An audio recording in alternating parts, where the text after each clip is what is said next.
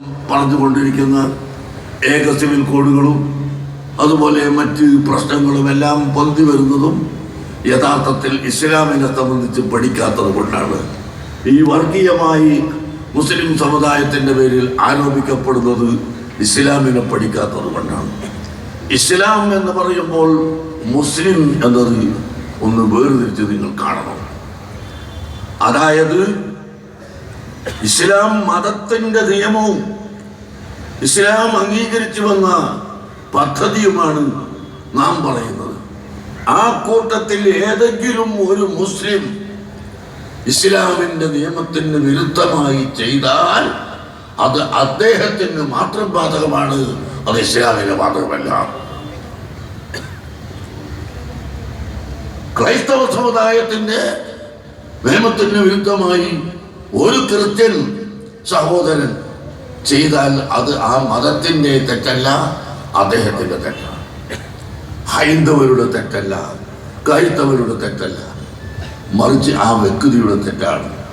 എന്ന പോലെ ഇസ്ലാമിനെ സംബന്ധിച്ച് നാം പഠിച്ചാൽ വ്യക്തമായും മനസ്സിലാക്കാൻ കഴിയും. ഇസ്ലാം ഒരിക്കലും വർഗീയവാദത്തിൻ്റെ മതമല്ല, ഭീകരതയുടെ മതമല്ല, തീവ്രവാദത്തിൻ്റെ മതമല്ല, സഹിഷ്ണുതയുടെയും സമാധാനത്തിൻ്റെയും ധാർമ്മിക ബോധം വളർത്താനുമുള്ള ഒരു മതമാണ് ഇസ്ലാം എന്ന്. അതുകൊണ്ട് തന്നെ ഇസ്ലാം ശരിയായ നിലക്ക് മനസ്സിലാക്കുകയും മനസ്സിലാക്കിക്കൊണ്ട് അതിനെ വിലയിരുത്തുകയും ചെയ്യണം.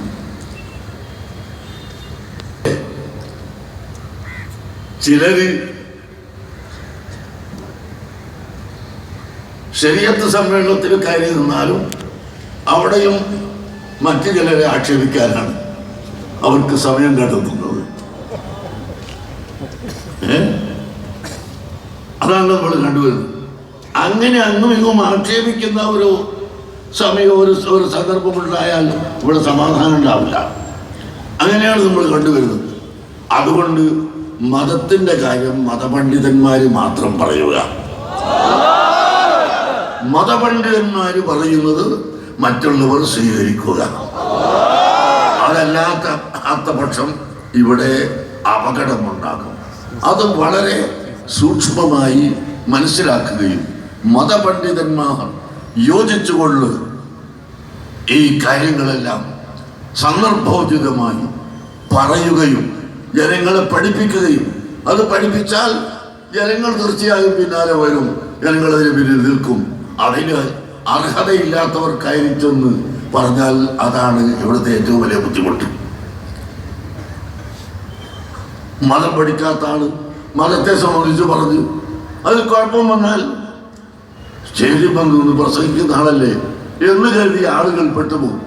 അതുകൊണ്ട് ഓരോ ആളുകളെയും ഫീൽഡിൽ അവർ പ്രവർത്തിക്കുക. രാഷ്ട്രീയം പ്രവർത്തിക്കുന്നവർ അവരുടെ പ്രവർത്തന മണ്ഡലത്തിൽ പ്രവർത്തിക്കുക, അവരുടെ മാർഗത്തിൽ പ്രവർത്തിക്കുക. അതേസമയത്ത് പണ്ഡിതന്മാരുമായും അല്ലാത്തവരുമായി സഹകരിക്കുക, വിധി പറയാൻ വരാതിരിക്കുക. അതാണ് നാം ചെയ്യേണ്ടത്.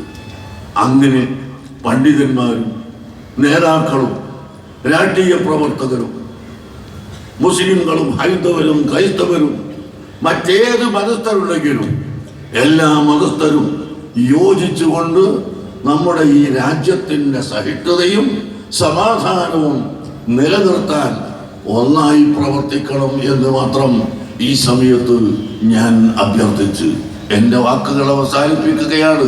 നാം ഈ കാണുന്നത് പോലെയല്ല. പിടുത്തം വിട്ടുപോയാൽ പിന്നെ പിടിക്കാൻ കിട്ടൂല. കലാപം, എവിടെയെങ്കിലും കലാപം ഉണ്ടാക്കിയാൽ ആ കലാപം പിന്നെ കെടുത്താൻ പ്രയാസമാണ്.